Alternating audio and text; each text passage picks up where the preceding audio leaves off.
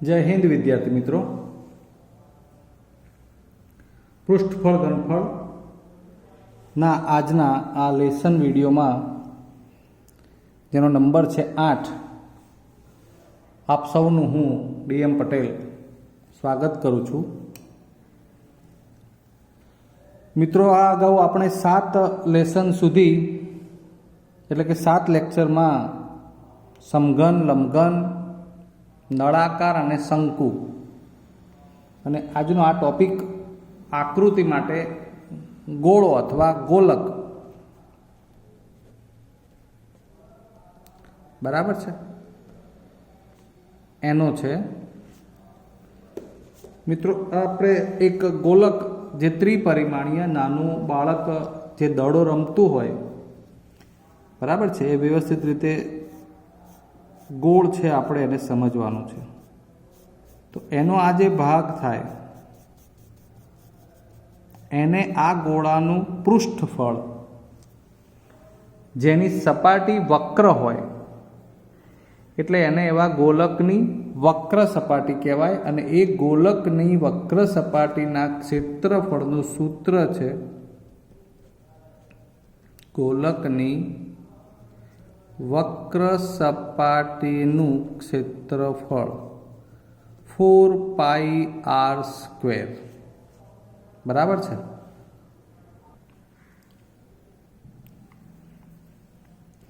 ગોલકના પૃષ્ઠફળ કે વક્ર સપાટીના ક્ષેત્રફળ માટે આ એક જ સૂત્ર છે, જ્યાં r એટલે આ ત્રિજ્યા। હવે એને અડધો કરી નાખીએ તો જુઓ, આ પણ ત્રિજ્યા તો છે જ મિત્રો। અહીં એની આ ઊંડાઈ છે ને, જુઓ, આ પણ r જ બને, એ તમને ખબર હોવી જોઈએ।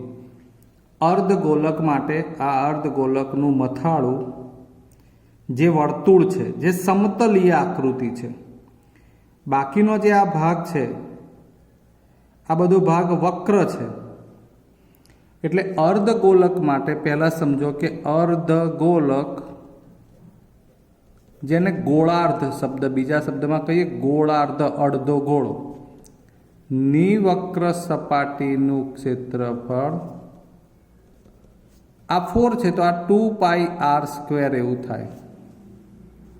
અને આમાં એક સૂત્ર વધશે, કારણ અર્ધગોલકની જ્યારે વાત કરતા હોઈએ ત્યારે વક્ર સપાટી એટલે માત્ર આ જ ભાગ જે બતાવું છું હું કરતે, તો આનું શું? આ ભાગ એ એનો સમતલ, જે આપણે ઢાંકણનો ભાગ વિચારી શકીએ।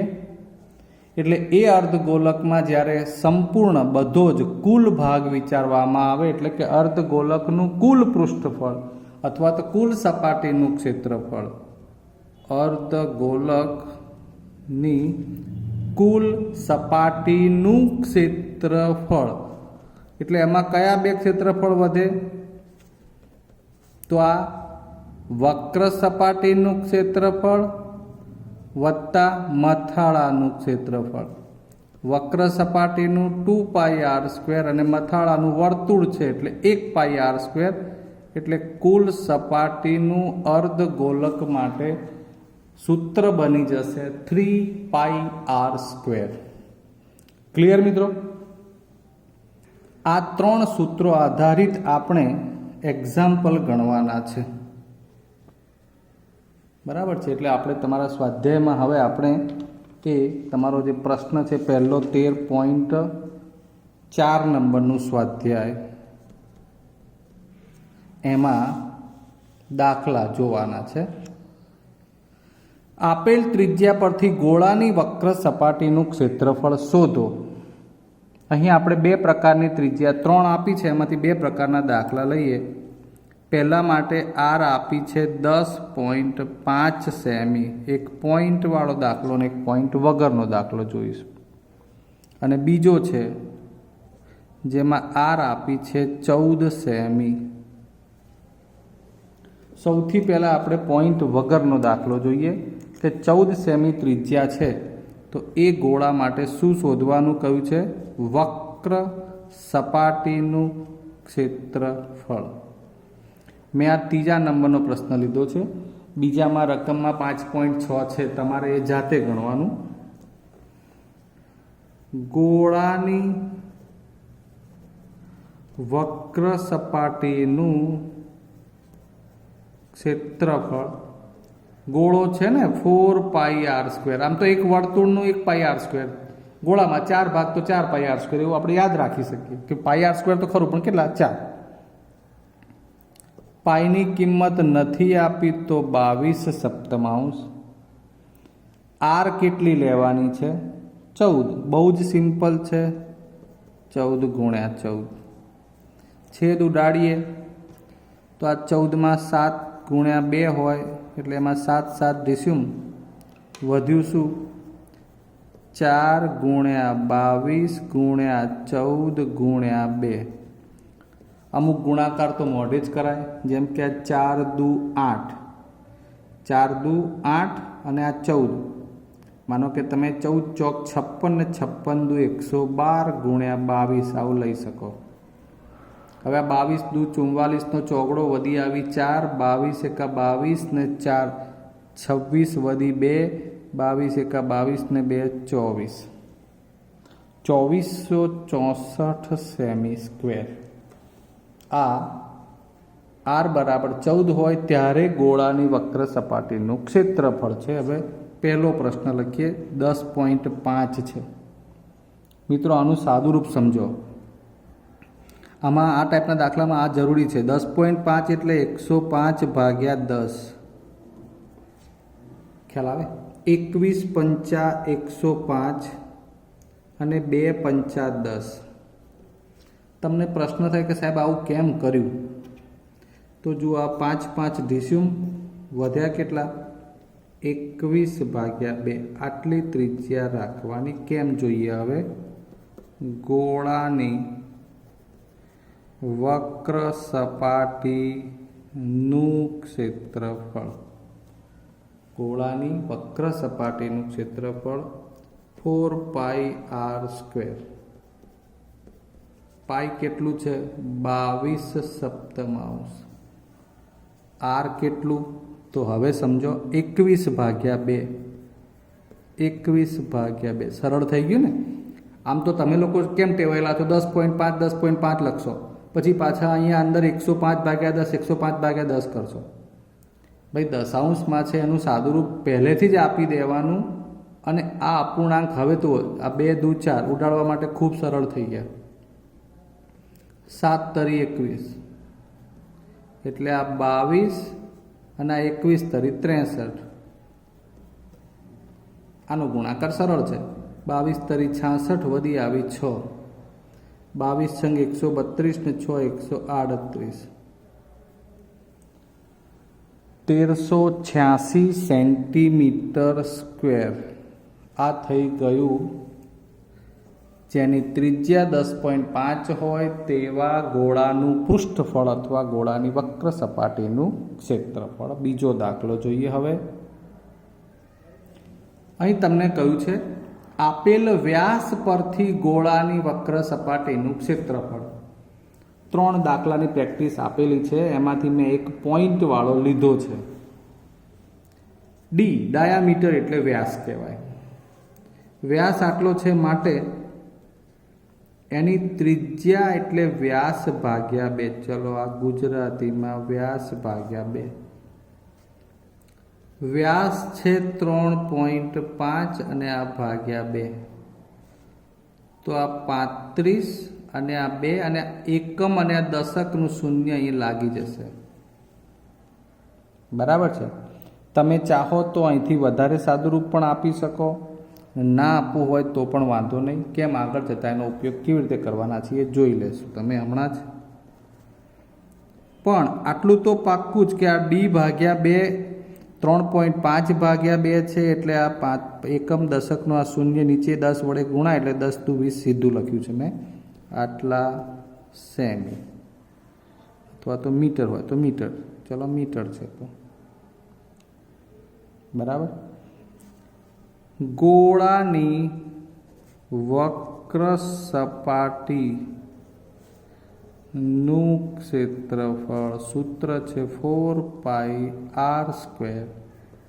આ 4 પાઈની કિંમત નથી આપી એટલે 22/7 જ લેવાની છે. આર સ્ક્વેર, આ છે આર, 35/20 સ્ક્વેર છે એટલે 2 વખત લખીશું. ઓકે, હવે ધ્યાન આપો. આ 4 5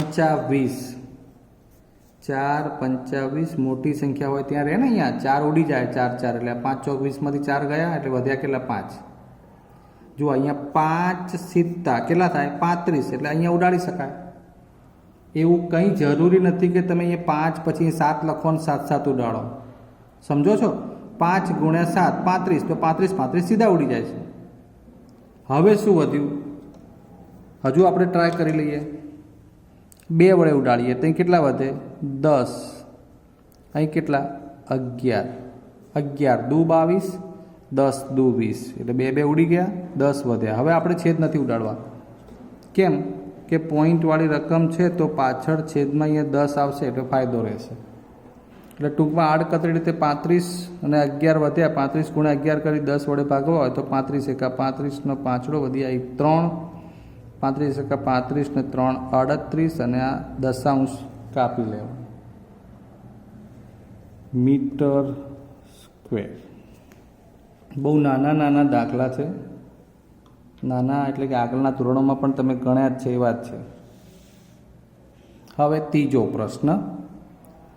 10 સેમી ત્રિજ્યાવાળા અર્ધગોળાનું કુલ પૃષ્ઠફળ.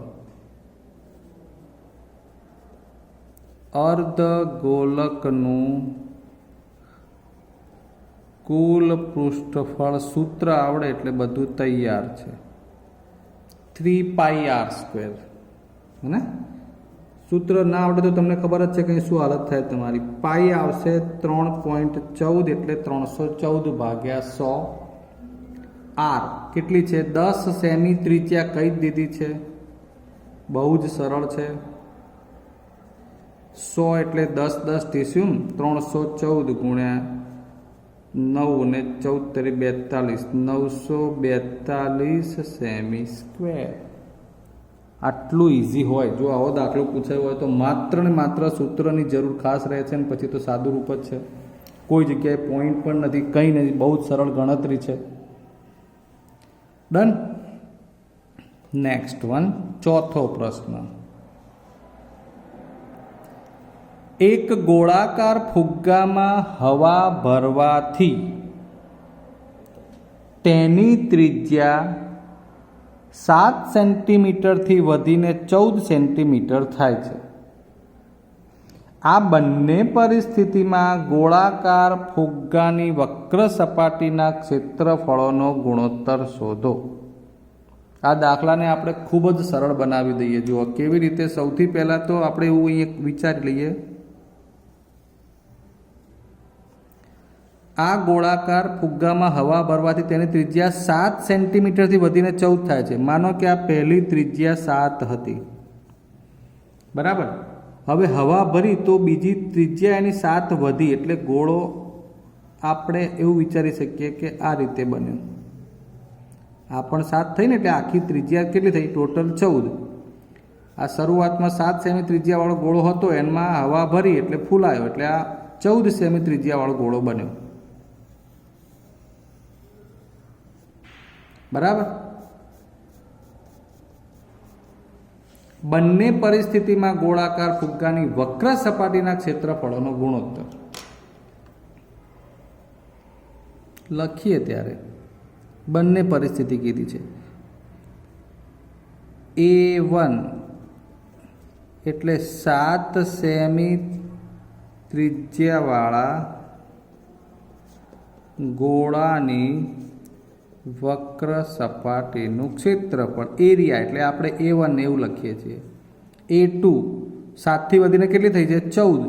તો 14 સેમી ત્રિજ્યાવાળા ગોળાની વક્ર સપાટીનું ક્ષેત્રફળ. સમજ્યા છો કે નહીં તમે? બરોબર. 7 સેમીથી ત્રિજ્યા 14 સેમી થઈ. બંને પરિસ્થિતિમાં એટલે 7 સેમી ત્રિજ્યાવાળો પણ ગોળો, 14 સેમી ત્રિજ્યાવાળો પણ ગોળો, એના વક્ર સપાટીના ક્ષેત્રફળનો ગુણોત્તર લેવાનો છે. એટલે આપણે A1 ને 7 સેમી ત્રિજ્યા અને A2 ને 14 સેમી ત્રિજ્યાવાળા ગોળાની વક્ર સપાટીના ક્ષેત્રફળ કહી દીધા. માટે હવે તમે ડાયરેક્ટ આવું લખી શકો A1/A2. આ વાંચશો એટલે ખબર પડશે કે A1 શું છે, A2 શું છે.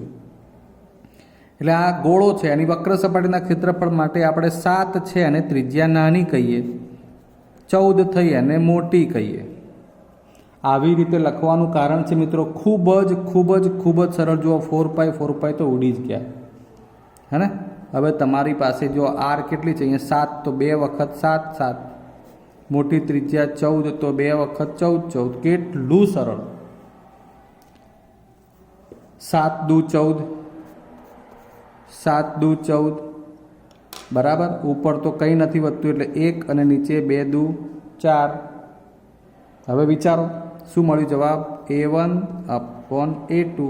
then A1 જેમ A2 is equal to 1/4.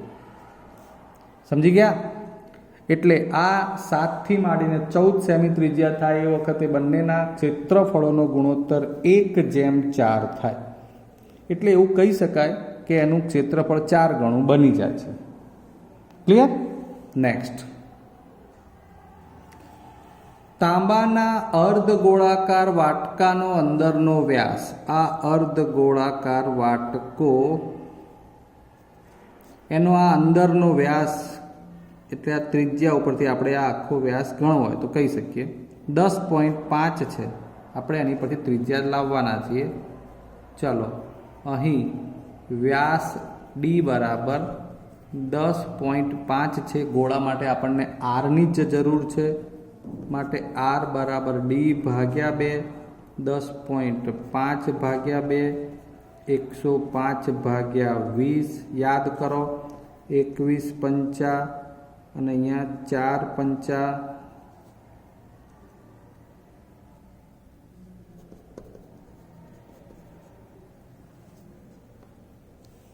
Okay. શું મળી ગયું? 21/4 સેન્ટીમીટર એ આની ત્રિજ્યા થઈ ગઈ. પછી બધી વાત સમજીએ.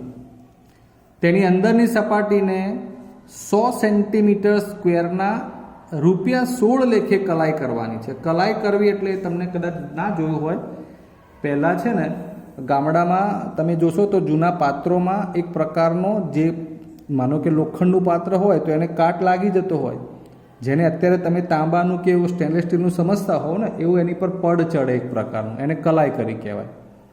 એટલે પહેલાં ગામડામાં એવું હતું કે સાદા વાસણો હોય ને એની પર કલાઈ થતી, એટલે એનું પડ લાંબો ટાઈમ સુધી રહે. તો એ કલાઈ કરવાની વાત છે. તો એવા 100 સેન્ટીમીટર સ્ક્વેરના ₹16 થાય. એ ખર્ચ જે કલાઈ કરવાનો હોય, જે તે સપાટી આપણે કલાઈ કરવી હોય, તો એવું કહે છે કે 100 સેન્ટીમીટર સ્ક્વેર જેટલી સપાટી તમે એનો કલાઈ કરો તો ₹16 થતા હોય. તો આવો જે અર્ધગોળાકાર વાટકો છે કે જેની અંદરની સપાટીને આપણે કલાઈ કરવી છે, તો એનો ખર્ચ કેટલો? સ્વાભાવિક છે કે તમને એટલી ખબર પડે કે જે સપાટીને કલાઈ કરવી હોય તેનું ક્ષેત્રફળ શોધવું પડે. એટલે અહીં સૌથી પહેલાં આપણે અર્ધગોળાકારમાં અંદરની સપાટી કઈ છે એનો મતલબ કે વક્ર ભાગ જ છે, ઉપર ઢાંકણ ધ્યાનમાં લેવાનું નથી. એટલે અર્ધગોળાકાર વાટકાની અંદરની વક્ર સપાટીનું ક્ષેત્રફળ એટલે 2πr².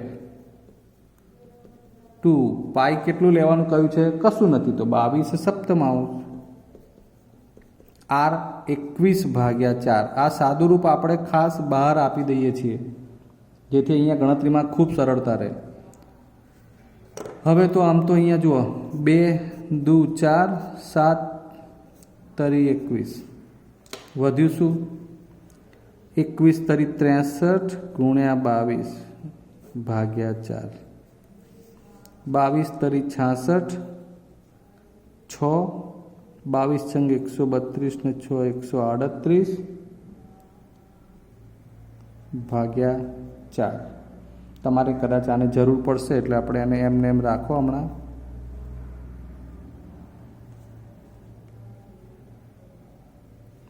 બે દુ 4, અહીંયા આપણે એને 11થી છેદ ઉડાડવાનું ભૂલાઈ ગયું છે. અહીંયા 11 આવશે, બરાબર છે, my mistake, I am very sorry. એટલે 11 ગુણ્યા 63 એટલે 11 તરી 33. ચલો હમણાં એમને રાખો, કદાચ ખર્ચમાં આપણે ગુણતી વખત કામમાં આવશે. આટલા સેમી સ્ક્વેર. આ શું છે? અર્ધગોળાની વક્ર સપાટી કે જેમાં આપણે કલઈ કરવાની છે. હવે ખર્ચ લઈએ. 100 સેન્ટીમીટર સ્ક્વેર કલાઈનો ખર્ચ કેટલા? 16 રૂપિયા. તો 11 ગુણ્યા 63 ભાગ્યા 4 સેન્ટીમીટર સ્ક્વેરનો ખર્ચ કેટલો?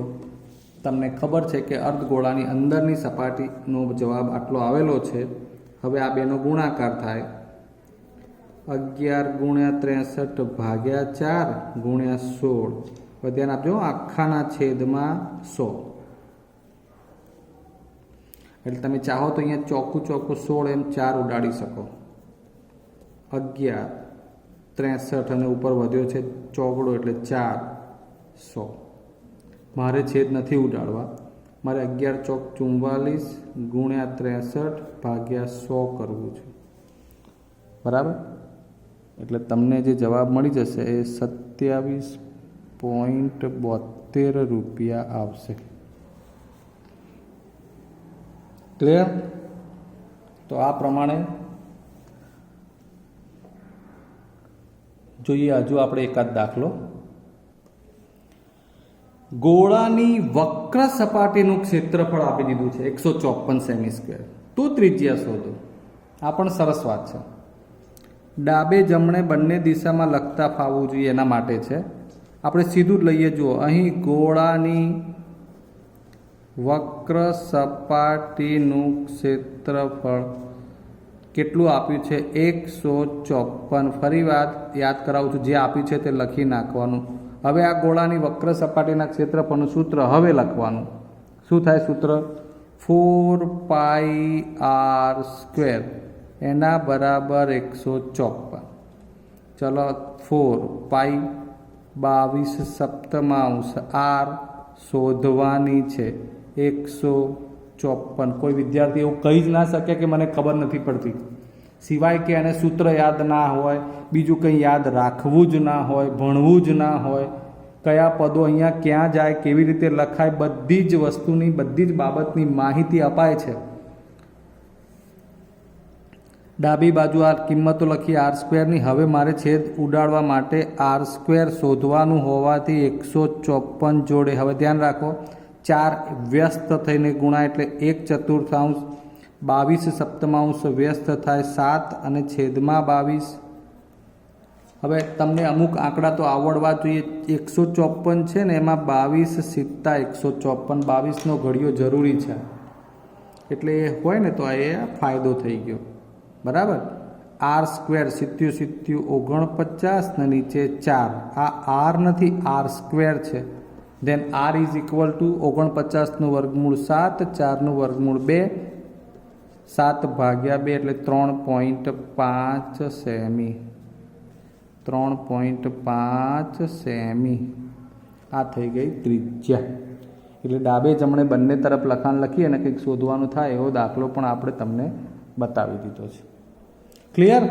તો આટલા દાખલા આવડે એટલે તમને આગળ પણ બાકીના દાખલા આવડશે એવી આશા રાખીએ છીએ અને તે સાથે આજનો વિડીયો પૂરો કરીએ છીએ. જય હિન્દ.